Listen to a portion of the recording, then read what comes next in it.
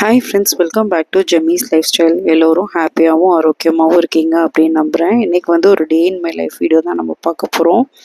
வாங்க வீடியோக்குள்ளே போகலாம். டே வந்து ஈவினிங்லேருந்து தான் நான் அன்றைக்கி வீடியோ எடுக்க ஆரம்பித்தேன். பார்த்திங்கன்னா செம்ம மழை ஃப்ரெண்ட்ஸ்.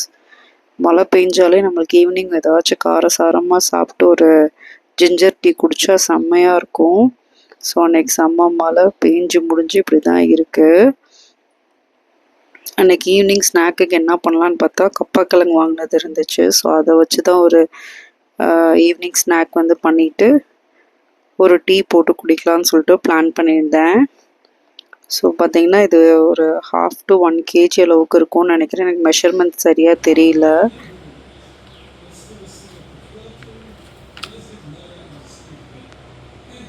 ஈவினிங் ஸ்நாக்குக்கு கப்பக்கிழங்கு வந்து ஒரு செம்ம காம்பினேஷனு. நீங்கள் வந்து ட்ரை பண்ணி பார்த்துட்டு எனக்கு எப்படி இருக்குன்றதை நீங்கள் சொல்லுங்கள். அதுக்கு வந்து நான் 4 பெரிய வெங்காயம் எடுத்திருக்கேன். இது வந்து ஒரு 3/4 கிலோ அளவுக்கு இருக்கும்னு நினைக்கிறேன். எனக்கு சரியாக மெஷர்மெண்ட் வந்து கப்பக்கிழங்கு எவ்வளோ இருக்குன்னு தெரியல. ஸோ இந்த அளவுக்கு வந்து நான் 4 பெரிய வெங்காயம் வந்து மெஷர்மெண்ட் எடுத்திருக்கேன். நீங்கள் இப்போது 1/4 கிலோ அப்படி ரொம்ப கம்மியாக கப்பக்கிழங்கு சேர்க்குறீங்க அப்படின்னா அதுக்கேற்ற மாதிரி நீங்கள் ஆனியனை வந்து கம்மி பண்ணிக்கோங்க. ஸோ நல்லா வாஷ் பண்ணிவிட்டு இப்படி கட் பண்ணிவிட்டு நான் வந்து பேனில் வச்சிடுறேன். ஆக்சுவலாக நான் எப்போயுமே தோலை வந்து எடுத்துகிட்டு தான் ஃப்ரெண்ட்ஸ் வேக வைப்பேன். அன்றைக்கி பார்த்திங்கன்னா தோலோடையே வேக வச்சிட்டேன். நான் நல்லா வாஷ் பண்ணனால அது ஒன்றும் ஆகலை. நீங்கள் பண்ணும்போது தோலை வந்து ரிமூவ் பண்ணிவிட்டு வேக வைங்க.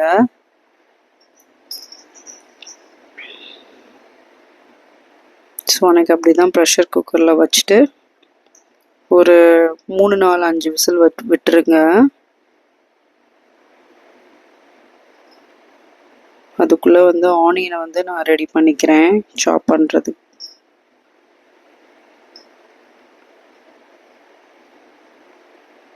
நல்லா பெரிய வெங்காயமும் ஒரு 4 வெங்காயம் எடுத்திருக்கேன் நான். நீங்கள் சின்ன வெங்காயம் ஆட் பண்ணுறதுனாலும் ஆட் பண்ணிக்கலாம். சின்ன வெங்காயம்னா ஒரு 2 கப் அளவுக்கு எடுத்துக்கோங்க.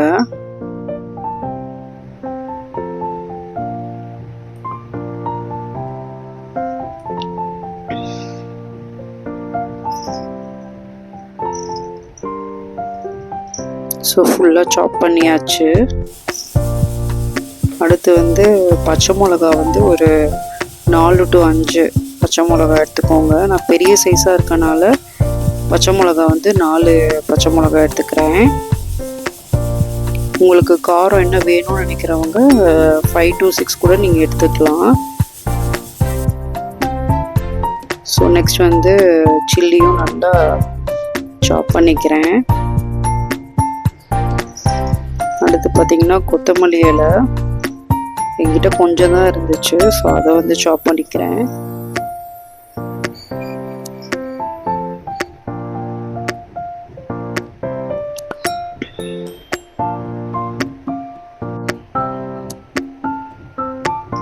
ஸோ அடுத்து பார்த்திங்கன்னா விசில் வந்துருச்சு. தேங்காய் வந்து இந்த மாதிரி ஸ்லைஸ் பண்ணிவிட்டு அப்புறமா நான் வந்து மிக்சியில் ஒரு அடி அடிச்சுட்டு, ஏன்னா துருவின தேங்காய் என்கிட்ட கிடையாது.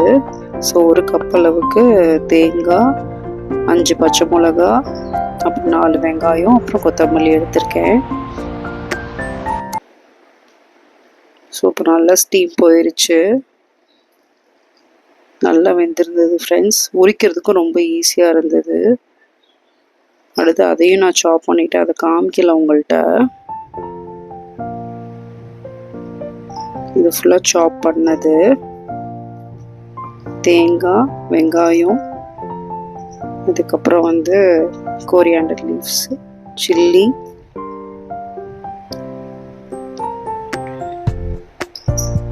கடுகு தாளிக்கிறதுக்கு, கொஞ்சமாக மஞ்சத்தூள், அப்புறம் உப்பு.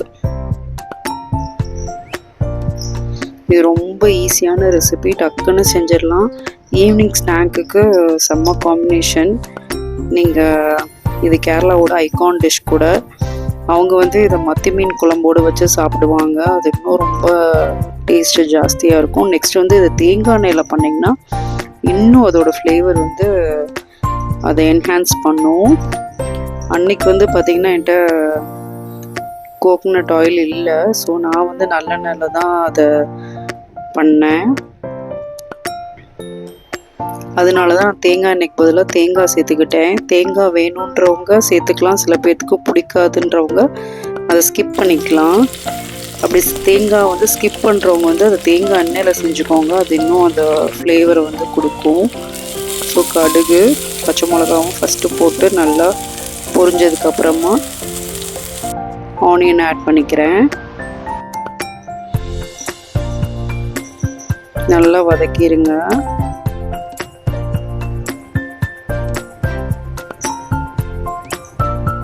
ஸோ இப்போ வந்து மஞ்சத்தூள் ஆட் பண்ணிக்கிறேன். நான் வந்து ஒரு 2 டீஸ்பூன் அளவுக்கு மஞ்சத்தூள் எடுத்திருக்கேன். ஏன்னா நம்மளுக்கு வந்து குவான்டிட்டி வந்து ஜாஸ்தியான கப்பக்கிழங்கு எடுத்துருக்கோன்றனால நான் வந்து 2 ஸ்பூன் அளவுக்கு மஞ்சத்தூள் எடுத்திருக்கேன்.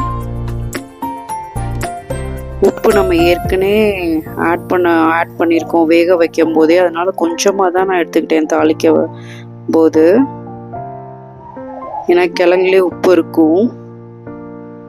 இப்போ தேங்காவை ஆட் பண்ணியிருக்கேன். நல்லா வதக்கிடுங்க.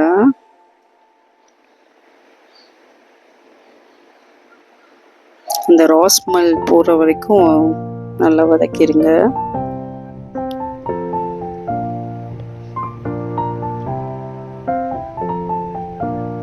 இப்போ நம்ம சாப் பண்ணி வச்சுருக்க கப்பக்கிழங்கு ஆட் பண்ணிக்கிறேன். எல்லாத்தையும் சேர்த்து நல்லா பிளெண்ட் ஆகிற அளவுக்கு மிக்ஸ் பண்ணிடுங்க.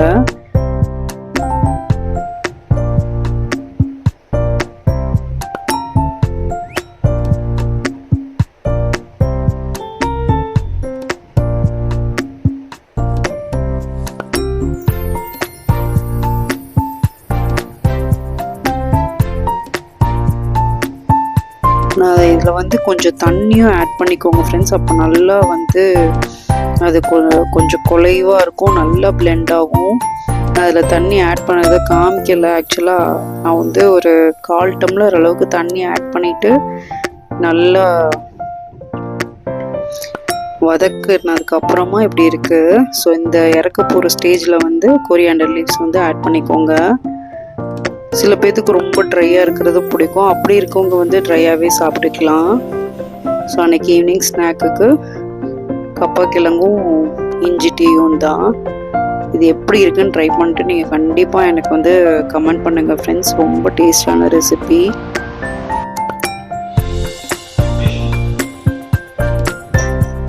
ஈவினிங் ஸ்நாக்குக்கு ஒரு ஹெல்த்தியான ஒரு ஸ்நாக்கு நீங்கள் குழந்தைங்களுக்கு கொடுக்கலாம்.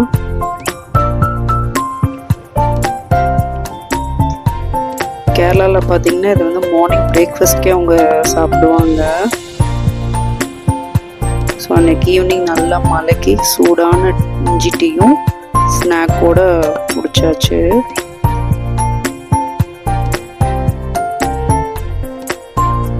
அடுத்த ஒர்க் பார்த்திங்கன்னா எல்லா துணியும் மழை பெஞ்சனால வீட்டுக்குள்ளேயே காய போட்டிருந்தேன். இந்த ட்ராயிங் ஸ்டாண்ட் பார்த்திங்கன்னா ஒரு 4 to 5 இயர்ஸ்க்கு முன்னாடி நான் வாங்கியிருந்தேன் ஃப்ரெண்ட்ஸ். செம்மையாக இருக்குது. இதை வந்து ஃப்ளிப்கார்ட்டில் தான் வாங்கினேன்னு நினைக்கிறேன், எனக்கு சரியாக ஞாபகம் இல்லை. இதோட லிங்க் இருந்துச்சுன்னா கூட உங்களுக்கு நான் ஷேர் பண்ணுறேன்.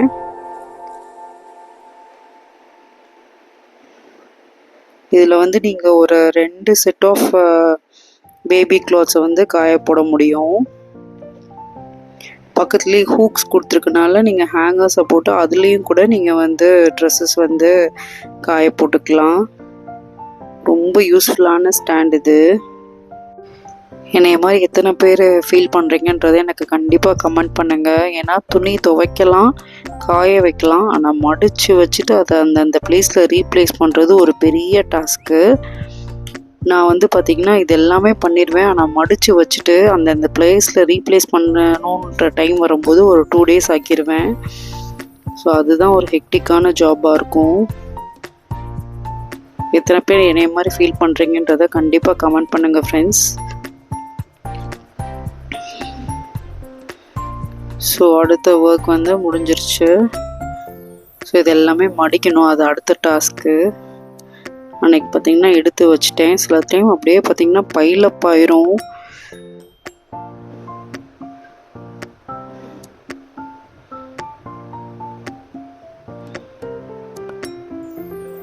இந்த ஹேங்கர்ஸ் இருக்கனால நம்ம வந்து இந்த மாதிரி பேபியோட ஷர்ட்ஸு, நைட் வேர்ஸ் எல்லாமே காய போடுறதுக்கு ரொம்ப ஈஸியாக இருக்கும். சீக்கிரமாகவும் காஞ்சிரும்.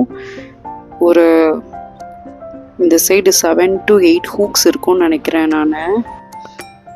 இந்த சைடும் காய போட்டுக்கலாம், அந்த ஆப்போசிட் சைடும் அதே மாதிரி ஹேங்கர்ஸ் இருக்கும்.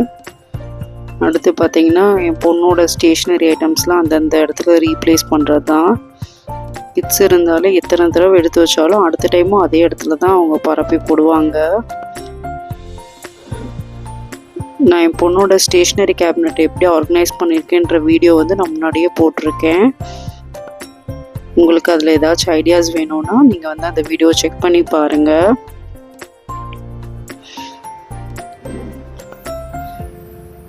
ஸோ அது எல்லாமே அவ்வளோ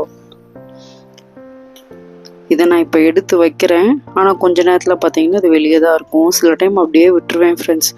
எத்தனை தடவை எடுத்து வச்சாலும் அவங்க எடுத்து போட்டே இருப்பாங்க. அதனால் அவங்க தூங்கினதுக்கப்புறம் தான் நான் வந்து மோஸ்ட்லி எல்லாத்தையும் ஒதுங்க வச்சுட்டு படுப்பேன்.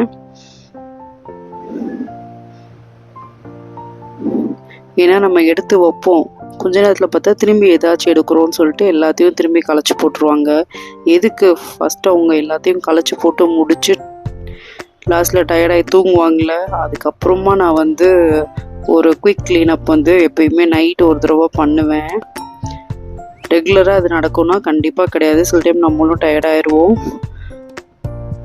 அதனால் அப்படியே படுத்துட்டு மார்னிங் வந்து சீக்கிரமாக கொஞ்சம் எந்திரிச்சு அவங்க எந்திரிக்கிறது கூட கொஞ்சம் க்ளீனப் பண்ணுவேன்.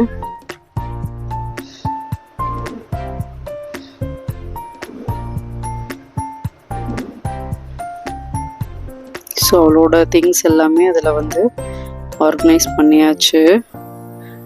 நெக்ஸ்ட்டு இன்னொரு இது என்னன்னு பார்த்தீங்கன்னா அவங்களோட ஸ்கூல் யூனிஃபார்மு, அதுக்கப்புறம் இந்த பெல்ட்டு, டை, இதை சொல்லி பாருங்கள், எத்தனை தடவை சொல்லுங்கள், அவங்க எடுத்தே வைக்க மாட்டாங்க. 2 நாள் எடுத்து வைப்பாங்க, 3ஆவது நாள் திரும்பி அதே இடத்துல தான் இருக்கும். அது ஏன் தெரில, அவங்களுக்கு வந்து அதுலேருந்து அப்பா விடுதலை கிடச்சிருச்சுடா அப்படின்ற மாதிரி கழட்டி போடுறாங்களா என்னன்னு தெரியல. நெக்ஸ்ட் பார்த்தீங்கன்னா இந்த சோஃபாவில் வந்து என் பொண்ணு பெயிண்ட் பண்ண பெயிண்ட் வந்து போகவே மாட்டேங்குது ஃப்ரெண்ட்ஸ். நானும் எவ்வளவோ ட்ரை பண்ணி பார்த்துட்டேன். நீங்கள் அதை ஏதாச்சும் ஐடியா இருந்தால் எனக்கு கமெண்ட்டில் ஷேர் பண்ணுங்கள், என்ன பண்ணால் போக வைக்கலான்னு. அதுக்கு மேலே அழுத்தி நான் தொடச்சேன், க்ளீன் பண்ணேன் அப்படின்னா அது பார்த்திங்கன்னா அந்த சோஃபாவோட அந்த கிளாத்தே கிழிகிற மாதிரி ஆயிடுது. ஸோ எனக்கு எத்தனை தடவை அந்த சோஃபாவை தொடச்சி விடுங்க, அது திரும்பி அதே கண்டிஷனுக்கு போயிடும். ஸோ அந்த ஒர்க் முடிச்சுட்டு டிவி கேபினெட் ஃபுல்லாக ரொம்ப அழுக்காக இருந்தது, அதை க்ளீன் பண்ணேன். அவங்களுக்குன்னு ஒரு டேபிளை வாங்கி கொடுங்க, இது பண்ணுங்கள். இந்த டிவி கேபினெட்டில் வந்து ஒரு 2 தடவை விளாடணும், அங்கே இருக்கிறத வச்சு தான் பெயிண்ட் பண்ணுவாங்க. அடுத்து பார்த்திங்கன்னா இது எங்கள் வீட்டு பப்பீஸ், பார்த்துருப்பீங்க வீடியோஸில், பழைய வீடியோஸ் எல்லாம். எவ்வளோ இடம் கிடைச்சாலும் அந்த 2 சிலிண்டருக்கு இடையில போய் அவங்க தூங்கணும். இவங்க பேர் டியா அண்ட் டைகி, லாஸ்ட் வீடியோவில் பார்த்துருப்பீங்க.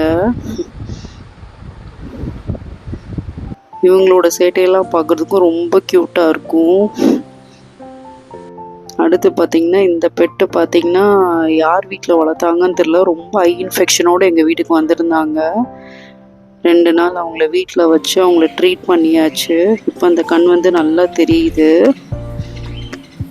அதுக்கப்புறமா பழக்க விட்டுலாம் அப்படின்னு சொல்லிட்டு இப்போ கண் வந்து நல்லா நல்லா ஆயிடுச்சு.